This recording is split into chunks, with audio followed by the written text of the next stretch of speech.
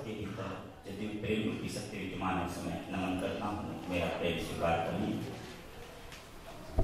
दीक्षा दिवस या यूं कहें आज का दिन जैसे आप लोग अपने व्यापार में अपनी बैलेंस शीट बनाते हैं, ये दीक्षा दिवस भी हमारा बैलेंस शीट को देखने का दिवस है कि हमने अभी तक क्या पाया और क्या खोया और कितनी यात्रा अभी तक हमने तय की है अपने उद्देश्य तक।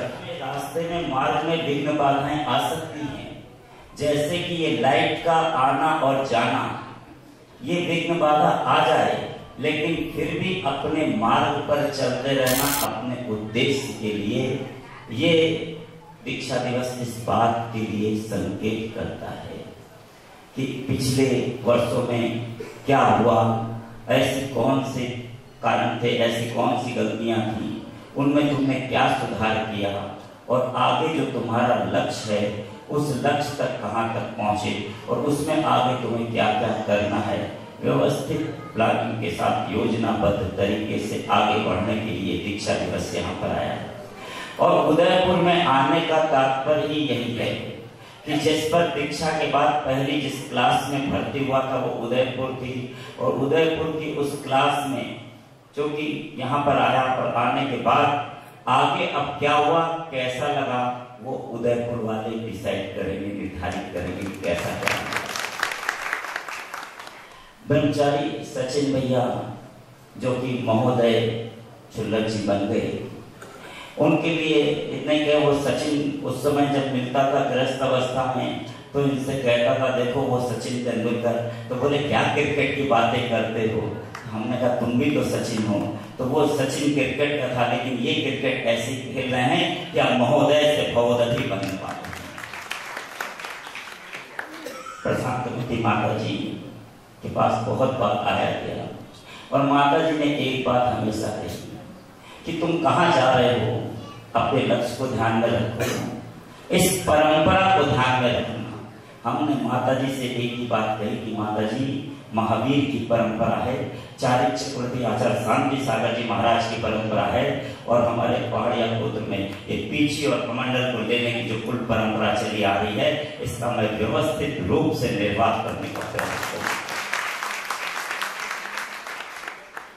और यहाँ तक अभी दीदी सारिका दीदी, हिना दीदी, ये दीदियाँ हैं, इन दीदियों को हमने पहली बार गढ़नी अलकामा सुपार्श्वमती माता जी के पास में देखा और माता जी का आनंद उपकार है। माता जी ने ब्रह्मचर्य का नियम दिया और तपस्वी सम्राट आचार्य सन्मत सागर जी महाराज ने सप्तम प्रतिमा की व्रत दी। बस उन माता जी के पास जब दीदी को देखता था, मैंने माता जी से पूछा, माता जी ये दीदियाँ इतना पढ़ लिख कैसे लेती हैं, इनकी इतनी मधुरवाणी क्या कारण है, हो गई है और इनको सब चीज कंठस्थ रहता है, क्या ये इतना अच्छा बोलती हैं? तो माता जी ने कहा कि सेवा और भक्ति करो तो तुमको भी याद होने लग जाएगा, क्योंकि मुझे याद नहीं होता था। ठीक बात है, बात आई हो गई, लेकिन उस गहरे अर्थ को समझा, कब समझा, जब अंतर्मना मुनि से प्रसन्न सागर जी महाराज के पास पहुंचा, तब उस गहरे अर्थ को समझ पाया कि आखिर क्या अर्थ था। जीवन में नारायण श्री कृष्ण के पास दो माँ थी, एक माँ ने जन्म दिया, दूसरी माँ ने पाल पोस कर बड़ा किया। वे नारायण श्री कृष्ण थे, सलाहका पुरुष थे, लेकिन मैं अपने आप को सौभाग्यशाली समझता हूँ कि मेरी भी चार माँ हैं, एक नहीं, दो नहीं, तीन नहीं, चार। एक वो माँ जिस माँ ने जन्म लिया, वो पन्ना माँ, पिता श्री नवर्धन जी को मैं उन्हें नमन करता हूँ। एक वो माँ जिसने इस दीक्षा के लिए, इस दीक्षार्थी के माता पिता बने, वे सुनीता जी, भागचंद जी, छोड़ीवाल परिवार, उन्हें भी मैं नमन करता हूँ। एक वो माँ जब गुरुदेव आचार्य पुष्पदंत सागर जी महाराज, जिन्होंने इस पाषाण में मंत्र फूका और इसको जीवंत किया, लेकिन वो माँ जिसने पाल पोस करके बड़ा करा किया और जिनके साथ इस मार्ग पे चल रहा हूँ, वो अंतर्मना मुनि प्रसन्न सागर।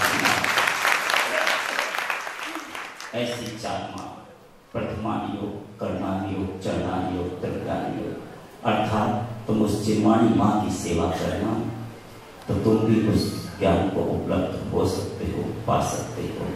और भक्ति का मार्ग, भक्ति से चलोगे तो परमात्मा तुम्हें नजदीक पाओगे, परमात्मा की निकटता महसूस करोगे। ये मार्ग बहुत आसान है, भक्ति से चलो तो सब कुछ पा सकते हो। बस इस मार्ग पर चलने के लिए और कुछ नहीं, जो कुछ भी यहाँ पर पाया है वो सब मेरे गुरुदेव अंतर्मना मुनि प्रसन्न सागर जी महाराज की मेहरबानी है, और जो कुछ मैंने खो दिया है वो सब मेरी नादानी है। बहुत सारे विकल्प उठ जाते हैं मार्गों में चलते समय, लोग तरह तरह की बातें कहते हैं कि आपको ऐसा करना चाहिए, करना चाहिए। आखिर ये रिकॉर्डों के पीछे आप पड़ गए, क्यों पड़ गए? इन रिकॉर्डों से आपका क्या तात्पर्य है? तात्पर्य और कुछ नहीं। ये रिकॉर्ड तो मैं घर में रह के भी बना सकता था, लेकिन वो रिकॉर्ड बनते तो घर के लिए बनते, परिवार के लिए बनते, अपने नाम के लिए बनते, लेकिन नहीं। यहाँ पर जब अंतर्मना के पास में उनके साथ चला तो चिंतन की धारा पर उठी, और अंतर जितने भी रिकॉर्ड बने, चाहे वो इंडिया बुक में हो, एशिया बुक में हो, गिनीज बुक में रिकॉर्ड में जितने भी रिकॉर्ड बने, वो सब रिकॉर्ड अंतर्मना मुनि प्रसन्न सागर जी महाराज के आशीर्वाद से। रिकॉर्ड का उद्देश्य ये भी है कि इस पिचका पे जब रोक लग गई तो कोर्ट ने इतना ही पूछा था कि इस पिचका का एविडेंस जैन समाज के पास क्या है? तो उन्होंने कहा नारायण श्री कृष्ण के मुकुट में मोर पंख लगा हुआ है। बोले नहीं, इसको मैं नहीं मानता, ये तो वैष्णव समाज के, हिंदू धर्म के भगवान है। तुम्हारे कौन से भगवान के पास पिछी है बताओ? तो इनके पास कोई उत्तर नहीं था, क्योंकि 24 तीर्थंकरों के पास में किसी के पास भी पिछी कमंडल की एक भी मूर्ति नहीं थी। फिर आके बोले शास्त्रों में उल्लेख हमारे संत ऐसे रहते हैं, तो बोले वैष्णव संत भी तो पिछी का यूज करते हैं। कोर्ट ने इस तर्क को नहीं माना। इसको ध्यान में रखते हुए अंतर्मना मुनि श्री प्रसन्न सागर जी महाराज की प्रेरणा से इस पिचका के रिकॉर्ड में रक्षाबंधन के दिन वो स्वर्ण राखी, चांदी रजत राखी इस पिचका में बंधी, और ये वर्ल्ड रिकॉर्ड में शामिल हुई, गिनीज बुक रिकॉर्ड में। अब इस रिकॉर्ड को कभी चैलेंज नहीं किया जा सकता। अब दिगंबर जैन अंतर्मना मुनि श्री प्रसन्न सागर जी महाराज के नाम से ये रिकॉर्ड दर्ज है। ये हमारे संत इस पिचका को लेकर चलते थे और पिचका का उपयोग करते थे। इसी प्रकार से बात चली ग्रंथों की। आखिर वो ग्रंथ सोने चांदी से लिखे गए, लेकिन उनको हम छू भी नहीं सकते, उनको हम देख भी नहीं सकते, आम आदमी की पहुंच से बाहर है। व्यक्ति करे तो क्या करें? कौन बनेगा करोड़पति का सोच चल रहा था। अमिताभ बच्चन ने इतना ही पूछा उस फाइनल राउंड में, सामने वाला व्यक्ति बैठा हुआ जैन व्यक्ति था कि बताओ, उससे एकदम फाइनल प्रश्न कि आप जैन हैं, जैन धर्म से बिलोंग करते हैं, मैं आपका ही प्रश्न पूछ रहा हूं, क्या भगवान महावीर का विवाह हुआ था और किससे हुआ था? इतना प्रश्न था। उसने कह दिया विवाह नहीं हुआ था। गलत हो गया, क्योंकि अमिताभ बच्चन ने कहा भगवान महावीर का विवाह हुआ था और प्रेम करणी के साथ में हुआ था। पूरी समग्र जैन समाज के पास इसका कोई उत्तर नहीं था कि हम इस उत्तर को गलत करार दे सके। उन्होंने खूब लिखा पढ़ेगी, लेकिन कुछ भी नहीं हो पाया। इस भारत देश का नाम हम गर्व के साथ कहते हैं कि भरत चक्रवर्ती के नाम से इस देश का नाम भारत पड़ा, लेकिन आज भी इतिहास के पन्नों में यही पढ़ाया जाता है कि दुष्यंत और शकुंतला के पुत्र का नाम भरत था, इस देश का नाम भारत पड़ा। सुधार हो पाया? नहीं हो पाया। इसको दृष्टिगत करते हुए अंतर्मना गुरुदेव की प्रेरणा से फिर से वो रिकॉर्ड बने। इस चीज की राखी चाहे कलाई की हो या जमीन की हो, राखी की रक्षा करनी चाहिए, अर्थात संस्कारों की रक्षा करनी चाहिए। भ्रूण हत्या नहीं होनी चाहिए। और भी बहुत सारे संदेशों के साथ, चाहे वो चरण चिन्ह हो, चाहे वो जैन नमस्कार हो, वो गिनीज बुक में दर्ज हुए। ये कोई साधारण सी बात नहीं। ये रिकॉर्ड आने वाली पीढ़ी जब भी उन रिकॉर्डों को पढ़ेगी तो यही कहेगी कि जैन का यहाँ जैन था। आपके शास्त्र को कोर्ट मान्यता दे या न दे, लेकिन इन रिकॉर्डों को जरूर सुप्रीम कोर्ट इस देश की कोर्ट मान्यता देती है। वो इतिहास परिवर्तन में कारण बनेगी, लोगों को प्रेरणा देगी कि दिगंबर जैन संत इस प्रकार से रहते थे, और लोगों की जिज्ञासा बढ़ती चली जा रही है। अभी भारत गौरव का सम्मान अंतर्मना मुनि श्री प्रसन्न सागर जी महाराज को ब्रिटेन की उस पार्लियामेंट में दिया गया, जिस पार्लियामेंट में कानून बनते थे कि इस भारत देश को कैसे गुलामी की जंजीरों से जकड़ा जाए। वो पार्लियामेंट एक भारत देश के संत का सम्मान कर रही, दिगंबर जैन संत का एक बड़ी लगते आने वाले अवसर छोटे लगते, जाने के बाद लगता है कि ये अवसर बहुत बड़े थे। और सचमुच में मुझे कुछ पढ़ना लिखना नहीं आता था, बहुत कतराता था पढ़ने लिखने से। गाथाएं याद नहीं होती थी, कुछ नहीं होती थी। गुरुदेव से कहा कि क्या करूं? बोले कुछ नहीं, बस सुनते रहो, मैं जो 1 घंटा बोलूंगा तुमको 5 मिनट में बोलना है। और वो क्लास उदयपुर से ही प्रारंभ हुई, तो मैंने कहा बड़ा कठिन था। और बस, लेकिन उदयपुर वालों ने पूरा और उदयपुर हर व्यक्ति ने मेरा साथ दिया। और विशेष रूप से रंजना जी, वो यहाँ पर अभी समय शायद है नहीं उपस्थित, उन्होंने एक छोटी सी पुस्तिका दी मुझे, जिसमें मुझे संस्कृत तो पढ़नी आती नहीं थी। मैं कहता था फलम फले फलानी संस्कृत कभी ना आनी, लेकिन अब कहता हूँ संस्कृत सभी को आनी, क्योंकि बिना संस्कृत पढ़े काम नहीं। मेरा प्रोनाउंसिएशन अच्छा नहीं था, नहीं बोल सकता था, प्राकृत तो दूर दूर तक नामो निशान नहीं। लेकिन यहाँ के डॉक्टर उदय चंद जी, जो प्राकृत भाषा के जिनको राष्ट्रपति पदक प्राप्त था, उन्होंने मुझे पढ़ाने का प्रयास किया, लेकिन मोटी बुद्धि कुछ चढ़ता ही नहीं था। लेकिन फिर भी मैंने जैसे तैसे पढ़ने का प्रयास किया, ठीक है। और यहाँ पर वो चतुर्मास पूरा हो गया और यहाँ से बालक को टीसी मिल गई कि अगली क्लास में तुम जाकर के एडमिशन ले लेना। और यहाँ से चले गए, यहाँ से पहुंचे नागपुर, और नागपुर के बाद सीधे यहाँ से पदमपुरा, पदमपुरा से नागपुर, नागपुर से बेंगलोर, और बेंगलोर से फिर पदमपुरा, और पदमपुरा से वापस उदयपुर। इतनी यात्रा ये 5 चतुर्मास करते हुए जब यहाँ पर वापस पहुंचे, तो अब यहाँ पर और कुछ नहीं, लेकिन अब यहाँ पर ठीक ठाक बोल लेता हूँ। बालक तो आपका ही हूँ व्यवस्थित रूप से, बाकी मुझे कोई प्रवचन करना नहीं आता, सिर्फ आपसे रूबरू होता हूँ, अपनी बात आपसे कह सकता हूँ, और इसके अतिरिक्त कुछ भी नहीं। अभी भी जानने का, सीखने का प्रयास कर रहा हूँ। अंतर्मना ने मुझे इतना ही संदेश दिया जब वो पदमपुरा में मौन साधना कर रहे थे, बोले और कुछ नहीं, लेकिन जब भी जाता मुस्कुरा देते। मैं देखता जरा मुस्कुराते हुए जा रहे हैं, मुस्कुराते हुए और मौन। तो बस यही संदेश दिया मुझे कि मौन और मुस्कुराहट को अगर जीवन में धारण कर लिया जाए तो तुम्हारा जीवन सफल हो सकता है। महत्वपूर्ण है मौन रहना और मुस्कुराना, लेकिन कब मौन रहना और कब मुस्कुराना ये ध्यान रखना। और अभी जब पदमपुरा से वापस जब सिंह से प्रति साधना पूरी हुई, तो गुरु जी ने एक संदेश मुझे फिर दे दिया, रहो बाहर जियो भीतर।